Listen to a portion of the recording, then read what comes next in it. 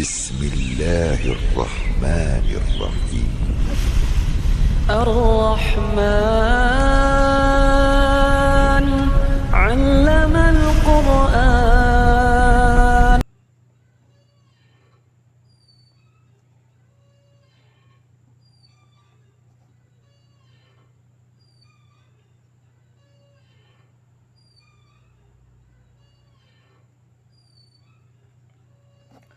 அஸ்ஸலாமு அலைக்கும் வரஹ்மத்துல்லாஹி வபரகாத்துஹு. எல்லாம் வல்ல இஸ்லாமிய சொந்தங்களே, அல்லாஹ்வுடைய மாபெரும் கிருபையால் இன்று நம்முடைய முதலாவது வகுப்பு துவங்க இருக்கின்றது. முதலாவது பாடம் என்ன பார்க்கணும் அப்படின்னாக்கா, ரொம்ப அடிப்படையான விஷயம். அரபியினுடைய எழுத்துக்களை எப்படி அந்த எழுத்துக்கள் இருக்கின்றதோ அதே போல் உச்சரிப்பது தான் முக்கியமான விஷயம். இதை மஹ்ரஜ் என்று அரபியில் சொல்லுவார்கள். ஒவ்வொரு எழுத்தையும் எப்படி உச்சரிக்க வேண்டுமோ அப்படி உச்சரிக்கும் பொழுது தான் நாம் குர்ஆனை பிழை இல்லாமல் ஓத முடியும். அந்த அடிப்படையில் நாம் பார்க்கும் பொழுது முதலாவது பாடம் அரபி தனி எழுத்துக்களை எப்படி கொஞ்சம் கொஞ்சமாக உச்சரிக்கிறது அப்படிங்கிறத நம்ம முழுமையாக தெரிஞ்சுக்க போகிறோம் இன்ஷா அல்லாஹ். அந்த அடிப்படையில் பாருங்கள். முதலாவது நம்ம துவா வதிப்போம். ரப்பி யஸ்ஸிர் வலா துஅஸ்ஸிர் வ தம்மிம் பில் கைர் வபிக நஸ்தஈன் யா ஃபத்தாஹ் யா ஃபத்தாஹ் யா ஃபத்தாஹ். அல்லாஹ் தஆலா நம்முடைய இந்த இல்முடைய பாதையின் தொடக்கத்தை நல்ல முறையில் ஏற்படுத்தி இறுதி வரை குர்ஆனுடைய ஞானங்களை பெறக்கூடிய மக்களாக நம் அனைவரையும் அல்லாஹ் தஆலா ஆக்கி அருள் புரிவானாக.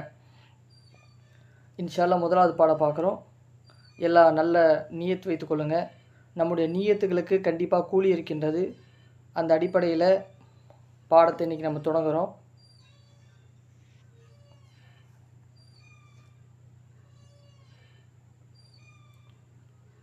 இன்றைக்கி நம்ம ஒரு 6 எழுத்து பார்க்கலான்னு இருக்கோம்.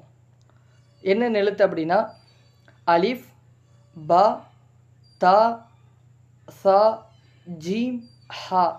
இந்த 6 எழுத்துக்களை எப்படி உச்சரிக்கிறது அப்படிங்கிற அந்த முறையை நம்ம தெரிஞ்சுப்போம். ஏன்னா குர்ஆன் ஓதும் பொழுது நம்ம ஒரு எழுத்துடைய பிழைகளை செஞ்சிட்டோம் அப்படின்னா கண்டிப்பாக நம்முடைய தொழுகை கூட கூடாமல் போயிடும். ஓதக்கூடிய குர்ஆனே நம் தவறாக ஓதும் பொழுது தொழுகை கூட பாத்திலாக போயிடும். உதாரணத்துக்கு அல்லாஹ் தஆலா குர்ஆனில் சொல்கிறான், ஹலக்க சபா சமாவாத்தி வல்லாடுது. ஹலக்க அப்படிங்கிற வார்த்தையை அல்லாஹ் பயன்படுத்துகிறான்.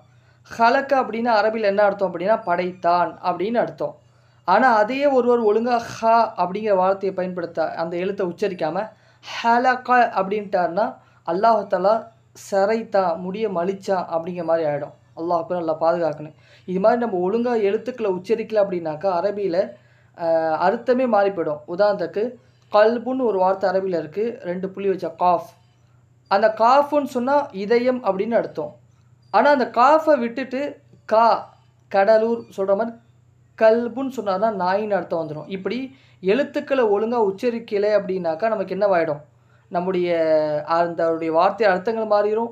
அர்த்தங்கள் மாறிடுச்சு அப்படின்னா நம் தொழுகையில் அந்த குர்ஆனை ஓதுனா கூட நம்முடைய தொழுகையை பாழா போயிடும். நம்முடைய குர்ஆனுக்கு நன்மைக்கு பதிலாக பாவங்கள் எழுதப்படும். அல்லாஹ் பாதுகாக்கணும். அந்த அடிப்படையில் முதலாவது எழுத்துக்களை சரி செய்யணும். சில அந்த அடிப்படையில் இன்றைக்கி 6 எழுத்துக்களை நம்ம சரி செய்வோம் இன்ஷா அல்லாஹ். முதலாவது அலிஃப். இந்த அலிஃபுங்கிற எழுத்து இருக்கே நமக்கு தெரியும். நார்மலாக வாயிலுடைய இந்த உள்காலியான இடம் இருக்குல்ல, இந்த இடத்துலையும் வெளியாகக்கூடிய எழுத்து தான் அலிஃப்.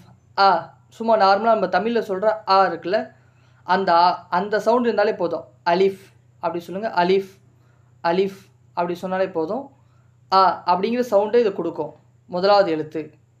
இரண்டாவது எழுத்து பார்த்துக்கிட்டோம் அப்படின்னாக்கா பா. பா சொல்லும் பொழுது 2 உதடுகள், இந்த உதடுகளை பா அப்படிங்கிறத சொல்லணும். நல்லா பாருங்கள். பா 2 உதடுகள் ஒன்று சேரணும். அப்படி ஒன்று சேர்ந்தால் தான் பாங்கிற அந்த சத்தம் வரும். பா. அப்போ திரும்பி ஒருத்தர் சொல்லி பாருங்கள். பா அப்படின்னு சொல்லணும். பா.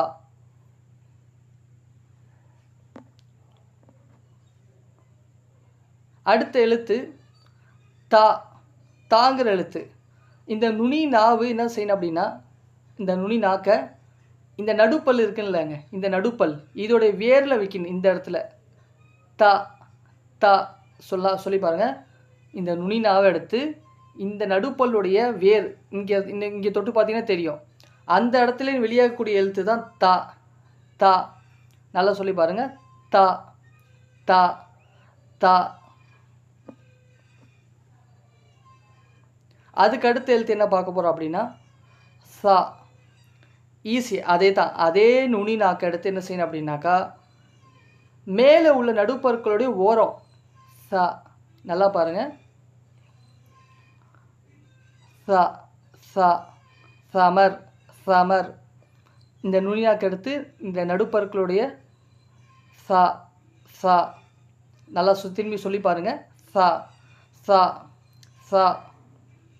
இதை நம்ம மஷ்கு பண்ணால் தான் வரும். அதுக்கு அடுத்த எழுத்து என்ன அப்படின்னா ஜீம்.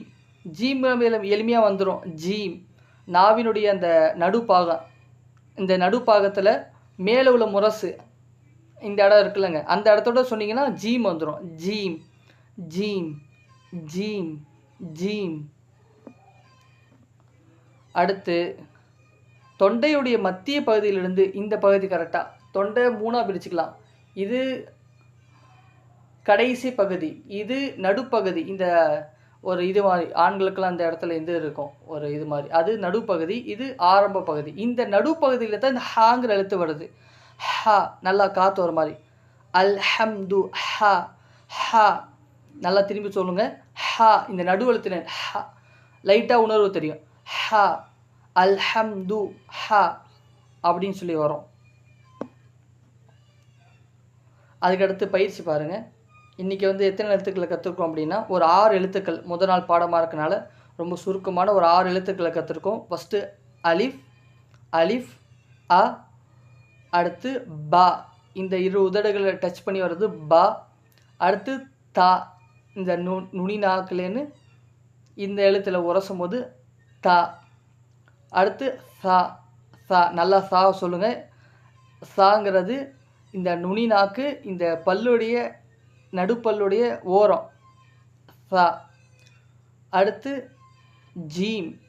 ஜீம் நடு நாக்குங்கிறது மேல் முரசோடு உரசும் போது ஜீம்ங்கிற வார்த்தை வரும். அடுத்து ஹா. நான் தொண்டையினுடைய நடுப்பகுதியில் ஹாங்கிற எழுத்து வரும். இதை நல்லா பயிற்சி பண்ணுங்க இன்ஷால்லா. இந்த 6 எழுத்துக்களை மஹ்ரஜுடன் இப்போ நம்ம கற்றுக்கிட்டது என்னென்னா எழுத்துக்களையும் கற்றுருக்கோம், மஹ்ரஜே கற்றுருக்கோம். இந்த ரெண்டத்தையும் நம்ம சேர்க்கும்போது முதலாவது குரான் தஜ்வீத் சட்டங்களுடைய பாதி விஷயங்களே மஹ்ரஜ் சிஃபாத்தில் தான் இருக்குது.